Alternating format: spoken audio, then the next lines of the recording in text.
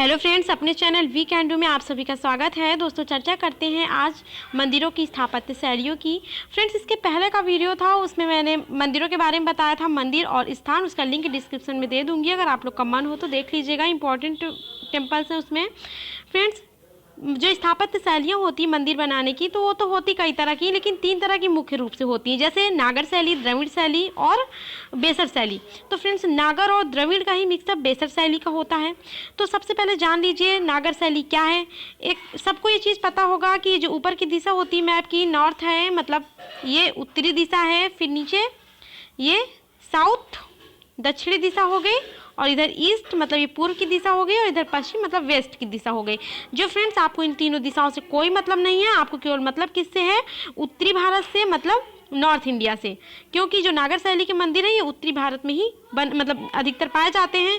Friends, नागर शैली, इस शैली का प्रचलन हिमालय और विंध्य के पहाड़ों के बीच की धरती में पाया जाता है। फिर नागर शैली का क्षेत्र उत्तर भारत में नर्मदा नदी के उत्तरी क्षेत्र तक है। 8वीं और 13वीं शताब्दी के बीच में उत्तर भारत में जो मौजूद शासक थे, उन्होंने इसको संरक्षण दिया। इस लाइन का मतलब ये है कि 8वीं से 13वीं के बीच में फ्रेंड्स, जो नागर शैली के मंदिर थे, इनका जो कार्य था वो तेजी से हुआ, मतलब नागर शैली की स्थापना तेजी से हुई। फ्रेंड्स, परमार वंश के शासक थे जो मुख्य रूप से ये नागर शैली के मंदिरों को उन लोगों ने बनवाया।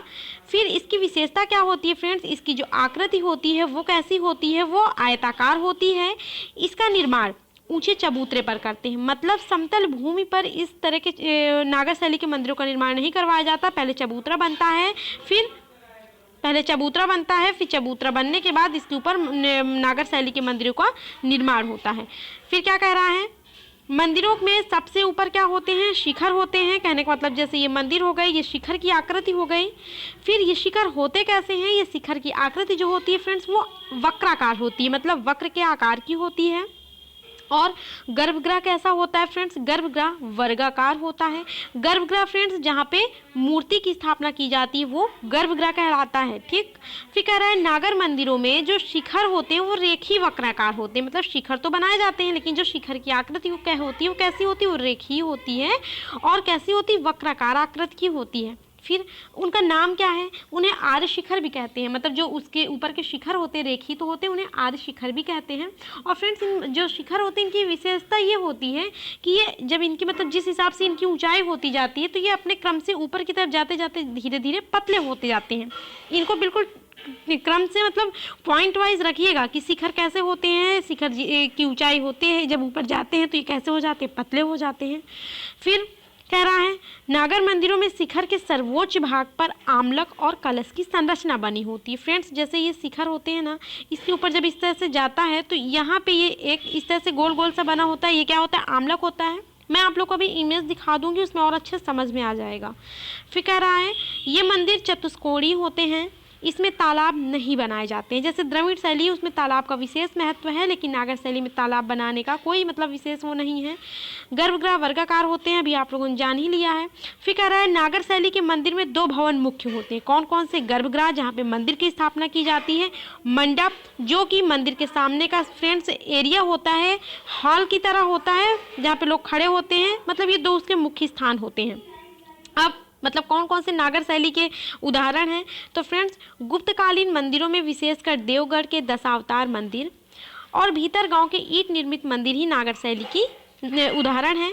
अब इसके विशेष मंदिर हैं जो कि नागर शैली से बने हुए हैं, जैसे कंदरिया महादेव का मंदिर खजुराहो मध्य प्रदेश, लिंगराज महादेव मंदिर भुवनेश्वर ओडिशा, जगन्नाथ मंदिर जो कि पूरी ओडिशा में है, कोणार्क का सूर्य मंदिर कोणार्क ओडिशा, मुक्तेश्वर ये भी ओडिशा में है। उसके बाद दिलवाड़ा का जैन मंदिर आबू पर्वत राजस्थान में है, और सोमनाथ मंदिर जो कि गुजरात में है। तो ये सारे के सारे किस मंदिर के, किस स्थापत्य शैली के उदाहरण हैं? ये सारे के सारे नागर शैली के स्थापत्य के उदाहरण हैं। अब आप इसका चित्र देख लीजिए। ये इमेज है फ्रेंड्स, आमलक देख लीजिए, मंदिर के ऊपर की आकृति है बनी हुई है, ये क्या है? आमलक है। फिर ये शिखर हो गए जो ऊपर की तरफ जा रहे हैं, ये शिखर हो गए जो कि रेखीय होते हैं और किस तरह के होते हैं? वक्राकार होते हैं। ये गर्भगृह जहाँ पे मूर्ति की स्थापना की जाती है। और ये मंडप सामने का हॉल होता है, वही मंडप कहलाता है। और फ्रेंड्स समतल भूमि पर इसका निर्माण नहीं होता, चबूतरे पर इसका निर्माण होता है। तो अच्छे से देख लीजिए फ्रेंड्स, ये नागर स्थापत्य मतलब नागर शैली के मंदिर का चित्र है। और अगर आपको कुछ भी समझ में ना आया हो तो आप उसको ज़रूर कमेंट करिएगा, मैं उसका रिप्लाई दूंगी और अच्छे से समझाने का बेहतर प्रयास करूंगी अगर आप लोग को नहीं समझ में आ रहा है फ्रेंड्स। और अगर वीडियो पसंद आया हो तो वीडियो को ज़रूर लाइक करिएगा, चैनल को सब्सक्राइब करिएगा और अपने फ्रेंड्स में शेयर करिएगा। Thank you friends.